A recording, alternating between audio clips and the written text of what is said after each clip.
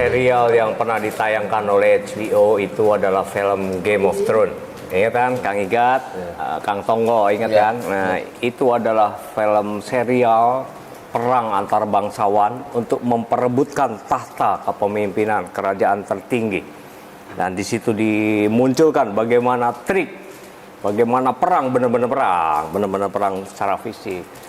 Terus bagaimana kemudian mereka mengelabui para sesepuh dari masing-masing kerajaan itu. Dan rakyat akhirnya juga tidak memiliki kemampuan apapun untuk memposisikan diri.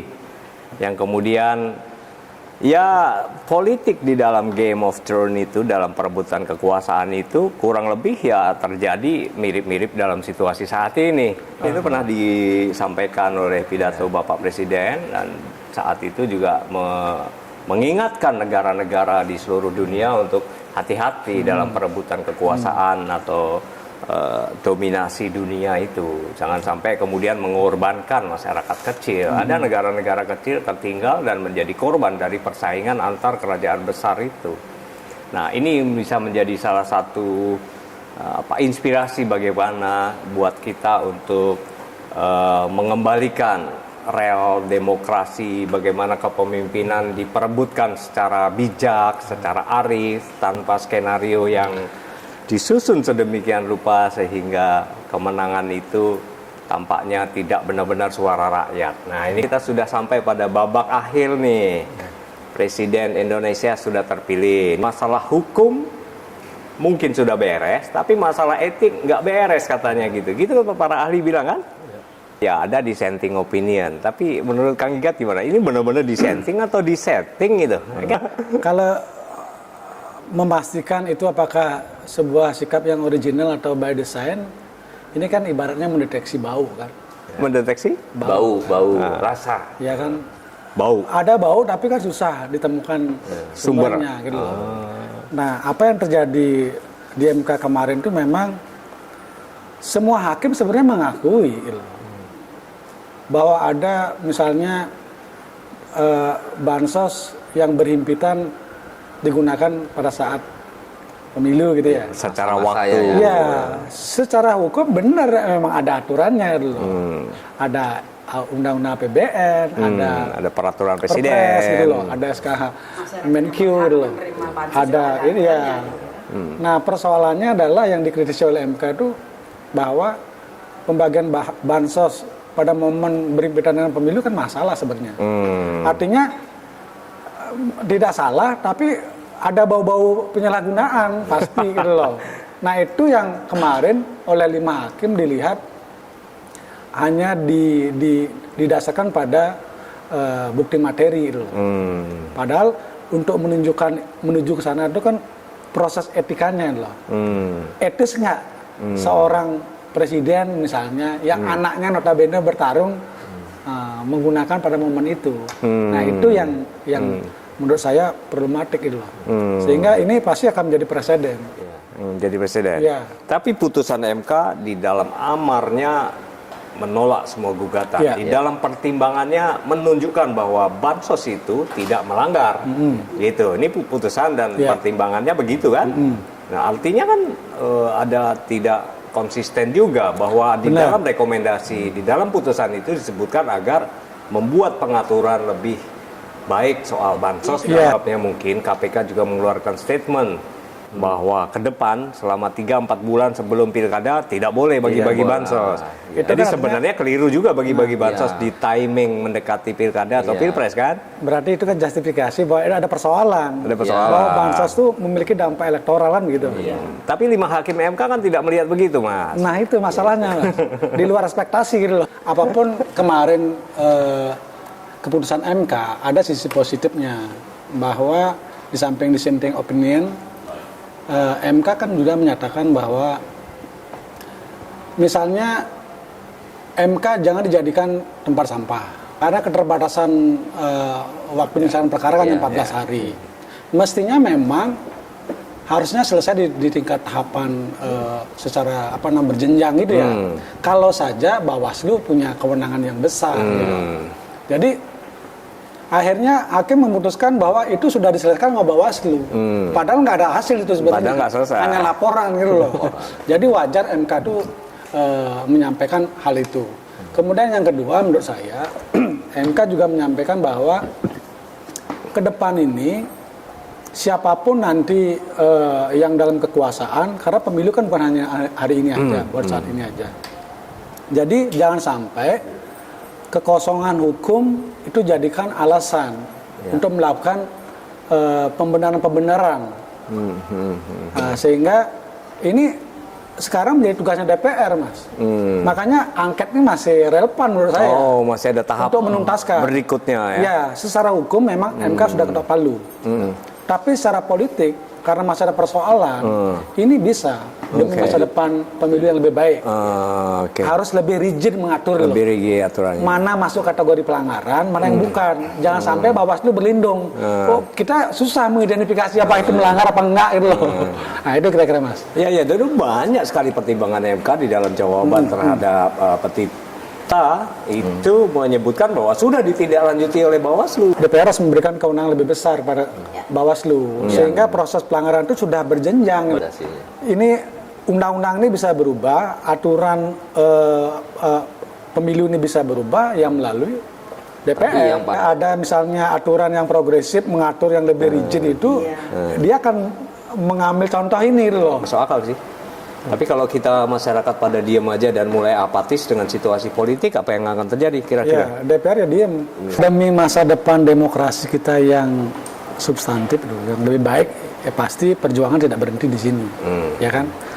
Nah, yang tidak kalah penting, Mas, menurut pandangan saya, dengan fenomena pemilu yang dalam tanda kutip brutal ini ya, kayak menghalalkan segala cara gitu ya, dan itu dibenarkan seolah-olah gitu loh. Ini kan sebenarnya memutus meritokrasi, ya kan? Ke depan orang nggak mau capek-capek, Mas. Atau pada akhirnya ujung-ujungnya kita berkawan aja dengan penguasa, memudahkan jalan kita. Orang juga nggak mau sekolah tinggi-tinggi, ngapain gitu loh. Kalau semua bisa diatur gitu loh. Nah, itu kan berbahaya sekali. Dengan jalan pintas. Iya, orang 2 hari masa anggota partai udah jadi ketua umum gitu loh. Gimana gitu mau iya, ini ada satu praktek yang lucu juga ya. Iya kan? Tapi itu kan karena katanya si ketua umum partainya disandera. Jadi ya dengan segala keberatan hatinya terpaksa rela menyerahkan rekomendasi pada... Nah, itu kembali lagi fenomena bau, Mas. Baunya ada tapi kita susah menemukan itu. Ya, jadi melanggar etik sih hal yang biasa aja di negara Konoha kemudian kan.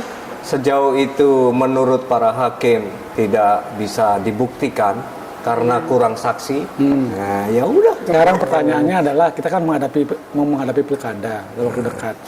Apa menjadi bentuk optimisme kita bahwa pilkada juga akan menghasilkan kualitas kepemimpinan yang baik? Ya. Kalau misalnya regulasinya tidak berubah gitu loh, tidak ada terobosan-terobosan aturan gitu. Sementara penyelenggaranya masih sama, ya kan? KPU-nya tidak divonis, ya kan, hanya etik, Bawaslu juga, ya kan? Dia akan menyelenggarakan lagi pilkada. Terus kita apa harapannya optimisnya menghasilkan pemimpin yang berkualitas? Benar juga. Ini ngeri juga ini, Mas. Bukan hanya sebuah pertarungan antara elit partai dan elit calon-calon penguasa negeri ini ya, tapi ini juga membuat sebuah benchmark, sebuah budaya baru bagi anak didik kita, bagi anak-anak kita, tetangga kita. Bahwa politik di Indonesia itu tergantung pada siapa punya kepentingan dengan modal cukup besar dan punya kedekatan dengan stakeholder yang menentukan pemenangan, ya kan? Jadi penentuan kemenangan itu bukan sekedar di masyarakat, tapi justru di lembaga-lembaga yang memiliki tugas untuk menentukan siapa menang siapa kalah, kan gitu kurang lebih. Kan seolah melegalkan kecurangan kan? Ya, dan kata seseorang ahli di sana bilang berbuatlah curang sebanyak-banyaknya sehingga dia tidak bisa dibuktikan. Kita kan bicara hal-hal yang udah bukan rahasia lagi gitu. Ini udah hal-hal yang diketahui umum kan. Kawan-kawan ada catatan apa lagi nih? Jadi memang ada banyak omongan di warung kopi kan bilang bahwa situasi saat ini tergantung dihadapin pada 2 pistol gitu katanya kan. Satu pistol ancaman, satu pistol lipatan. Berarti satu Katanya yang beneran, pistolnya beneran. Satu beneran, satu iming-iming. Kayak logonya Guns N' Roses itu, Mas. Satu pistol, satu mawar, ya kan? Nah, you mau ditembak dengan ancaman pidana atau you mau gua kasih mawar, gitu kan? Kurang lebih kayak gitu nih. Kang Igat, apa? Ya, catatan saya bahwa ruang hukum itu sebenarnya masih terbuka ya. Kalau kita bicara menggugat pemilu, salah satunya misalnya petun yang dilakukan oleh PD Perjuangan. Kemudian kelompok masyarakat juga diberikan ruang mengajukan class action, kerugian akibat kebijakan gitu. Nah, yang paling menurut saya ke depannya diperjuangkan adalah bagaimana DPR ini melihat ini persoalan gitu loh. Bahwa pemilu ini persoalan. Dari mana kita mengukurnya? Buktinya putusan hakim tidak bulat. Itu jadikan ukuran sehingga angket ini sebenarnya kepentingan semua partai, Mas. Bukan hanya kepentingannya partai koalisinya Ganjar Mahfud, bukan. Tapi demi perbaikan, karena juga ada rekomendasi membuat norma-norma baru sehingga peran Bawaslu benar-benar lebih tajam gitu. Karena jelas dia bisa mengidentifikasi mana pelanggaran, mana bukan. Jadi sekarang kita berharap banyak sebenarnya sama DPR. Cuman DPR punya goodwill nggak? Kan itu pertanyaannya. DPR punya goodwill nggak, gitu ya? Dan punya waktu nggak untuk benar-benar bekerja keras memperbaiki regulasi supaya nanti tidak disalahgunakan di era pilkada dan pilpres berikutnya. Ya, salah satu catatan yang menarik yang kita bisa temukan terkait dengan situasi saat ini adalah bagaimana DPR merespon situasi politik ini yang tampaknya ya tidak baik-baik saja. Dan kita ada di ujung permasalahan ekonomi dengan kompetisi global yang semakin parah. Nilai rupiah kita udah anjlok. Harga emas tinggi. Produktivitas manufaktur Indonesia juga sangat menurun. Kita lihat kemarin data dari Gaikindo, katanya penjualan truk menurun 30%. Ini luar biasa. Penjualan truk yang menurun segitu banyak persen artinya angkutan logistik menurun. Kalau angkutan logistik menurun itu artinya produksi barang-barang turun. Itu bro, gimana bro? Nah ini situasi yang harus dihadapi oleh pemerintahan kita ke depan. Oke kawan-kawan, bukan rahasia. Terima kasih atas waktu Anda untuk mendengarkan, menonton kita rakyat kecil, orang-orang biasa berpendapat terkait dengan situasi politik saat ini. Tentu kita berharap pemerintah, siapapun nanti yang memimpin, dan pemerintah terpilih akan menjalankan amanatnya untuk benar-benar bekerja demi mensejahterakan rakyat Indonesia. Bukan lagi hanya berfokus pada yang disebut kroni-kroni oligarki itu katanya gitu. Tapi benar-benar ke rakyat kita lah. Thank you teman-teman. Kita ketemu lagi di Bukan Rahasia edisi berikutnya.